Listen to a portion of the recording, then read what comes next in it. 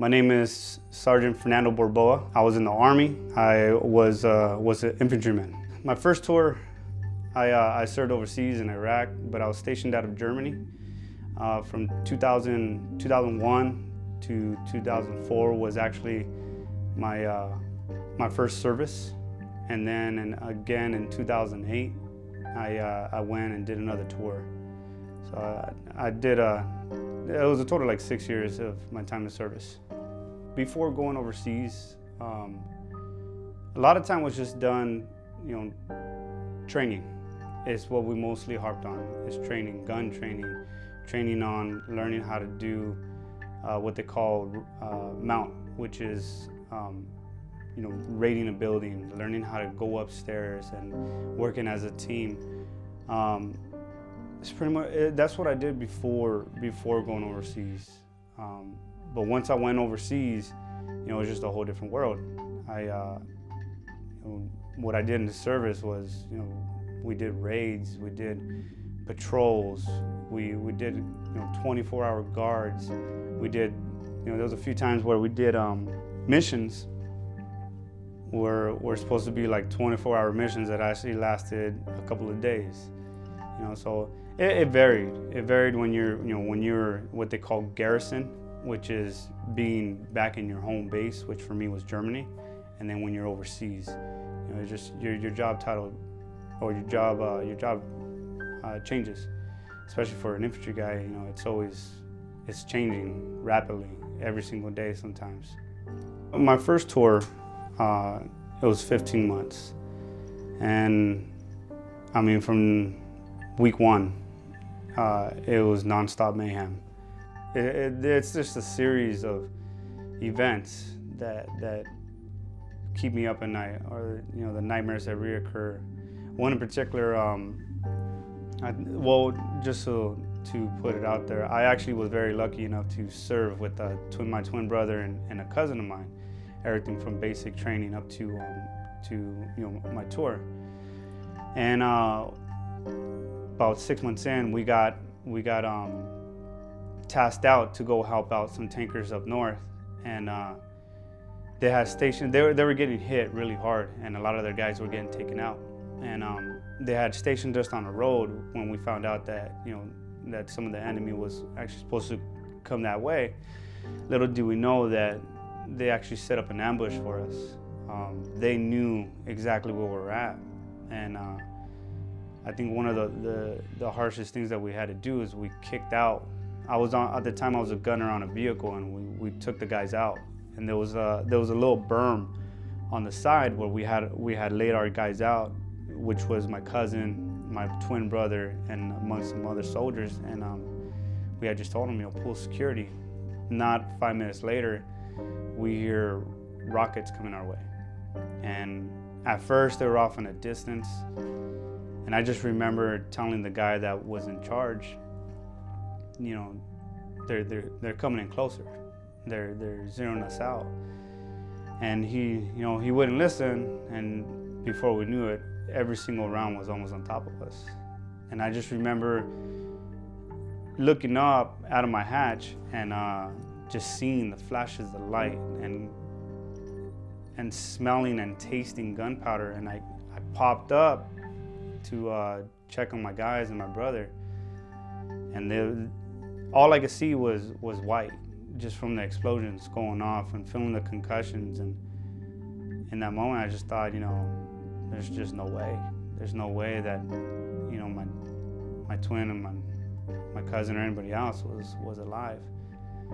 When it all finally stopped, they had gotten smart, and they crawled under our vehicle, and took cover. It's literally what saved their lives. But that's one of the things that I still have nightmares about. Just when I popped my head out of the hatch and I just seen all the explosions and not knowing. And then of course there's just the endless of just carnage of bodies. And I think for me the worst is when it involved kids. I can't even explain how many times I've seen kids with bullet wounds in the head, in the body. I've seen kid fully burnt up. I think that's the hardest part. It's just, especially now being a father, it's just seeing that and maybe not being able to forget. PTSD has affected me in a numerous amount of ways. When I first came home in 2004, when I got out, I didn't even know I had PTSD. But I was constantly getting in fights. I was constantly angry. I was constantly, you know, looking over my shoulder and paranoid, and you know, I turned to what I knew best was, you know, alcohol, which helped me out for a long time. It suppressed it all. And it wasn't until when I went back in 2008 that where we were at, our compound, we got bombed. And just, I thought I was having a heart attack, but it was actually a panic attack. And it wasn't until when I had to go see somebody there that, you know, they were kind of explaining to me that it sounded like I had symptoms of PTSD. And just, you know, now I'm back home, you know, I don't like loud noises or surprises, you know. It still makes me mad whenever someone scares me or shocks me or whatever. It's a daily struggle, man. No matter what you do, on honesty, whether it's go to counseling, whether it's go to the VA and get your medication, you know, there's nothing that takes it away. You know, there's nothing that will ever bring you back to the way you used to be before you went to war. You went downrange.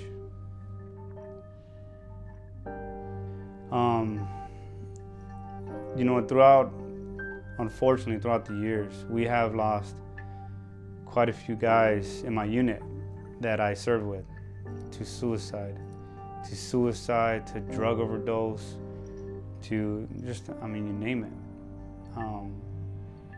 Unfortunately, it's the cancer that's within, you know, the military. You know, when you get out, you know, you go through this little session when, you know, they send you through these like week long of talking to specialists and everything else, but you know, you're so wanting to just like be done with it that, you know, your question or your answers to everything is I'm fine, I didn't see nothing, I'm good, blah blah blah. And then it's not until when you're back home and you know, all your buddies aren't around you no more, and that's when even yourself, you start really thinking about that kind of stuff. You start thinking about suicide, and, you know, yeah, suicide alone, I say since 2004 till present day, has been unfortunately a part of my life. In 2007, I was just at my lowest. I was in a bad relationship. I was really, you know, literally drinking myself to sleep, waking up, drinking so I could go to work. I was just tired of everything, man. I was tired of just lashing out on my family, my siblings, my parents. I was tired of just like being angry all the time. That was my life. I woke up angry. I fell asleep angry. You know, I was tired of it all. In 2007, I started thinking about it. You know, just how it could end. You know, it could just all come to an end. I wouldn't have to deal with the pain no more. You know, physical pain and just, you know, the emotional stuff that I dealt with. I wouldn't have to be a burden on my family. You know, not only that, but, you know, I wanted it all to stop. In 2007, it was October 2007. I decided I was gonna take my life. And at the time, I was living with my mom and my siblings and my twin brother, which my twin brother was actually in the room next to me. And that night, I remember going home. I didn't say nothing to nobody. I just decided, I'm just gonna do it. That's it. And as I'm sitting in my room, just contemplating on actually going through with it, I just started thinking. I started thinking, what if my brother finds me? My brother finds me, he's next. I already know how my brother is. My brother's dealing with the same thing I was. We've even talked together about suicide, about the possibility of just both of us just checking out. And then just started really thinking about the pain, about how I would make my mom, my dad, and everybody else feel. So I didn't go through with it. And then, by God's grace, it wasn't even a month later that I got orders to go overseas again. Because even after I didn't do it that night, I still was thinking about it. It was still kind of like a, what if? And then when I got my orders, I thought, cool, I'm gonna go overseas. It's a 50-50 chance that, I'm gonna get killed. So it's like best of both worlds. I go back to doing what I miss, then I might die anyways. So yeah, I've thought about it in the past. Not anymore though. I have a different reason to live. Where do I find hope? I gotta break down like the trials and the errors. Like I said before, I've done drinking. It did nothing but, just caused me to be dependent on it, and then at the same time just become a monster at the same time. I've tried, eating pills from the VA, and that didn't work. I went to counseling, and that didn't work. All honesty, where I find my hope is in Jesus Christ. And I know some people might be thinking, that's not me. That's I'm not religious, or I'm not this, I'm not that. It's not about religion. It's not about, what you see out there of, the quote unquote Christians. I found my hope in my relationship with Jesus Christ. It's something when you think about what he did for us. Just like soldiers, man. When soldiers go out, they put their life on the line for others. Without even thinking, Jesus Christ went out and he gave his life. He gave his life for us. He did it because he loves us. And to think that, I have a Lord, I have a Savior that cared for me that much to die for me. For me, the guy that did all this crazy amount of horrendous stuff that would, if I ever told anybody, would make them cringe. He died for me. And it's through that. It's through, being around my brothers that I had also been overseas. It's through the fact that they also know who Jesus Christ is. And it's just that camaraderie between war and Jesus that I have hope, man. I have hope. I have hope like I've never had before, to just continue to get up. And when I say it's through Jesus Christ, like I said before, it's not, once you give your life to the Lord, and your problems, your issues aren't going to go away. I'm not going to sit here and lie. You don't give your life to Jesus and all of a sudden your PTSD goes away, or all of a sudden you don't get angry no more, or all of a sudden you have anxiety no more. You're still going to have it, but it's through believing in him, through following him, through having him as your Lord and Savior, that you have that hope to be able to deal with that the next time it comes about. You have that hope to be able to wake up the next morning and go throughout your day. You have that hope when suicidal thoughts come to your mind to give it to him, and you know that you're gonna be all right. Just know that there is hope. There's hope out there. You don't have to go through it. I know if you're contemplating suicide, especially a veteran, it makes sense. It makes sense to just make it all stop. It might even make it seem like it's the best idea for your family. You're no longer that burden or that shame or that whatever you want to call it. But all it leaves is pain and suffering behind.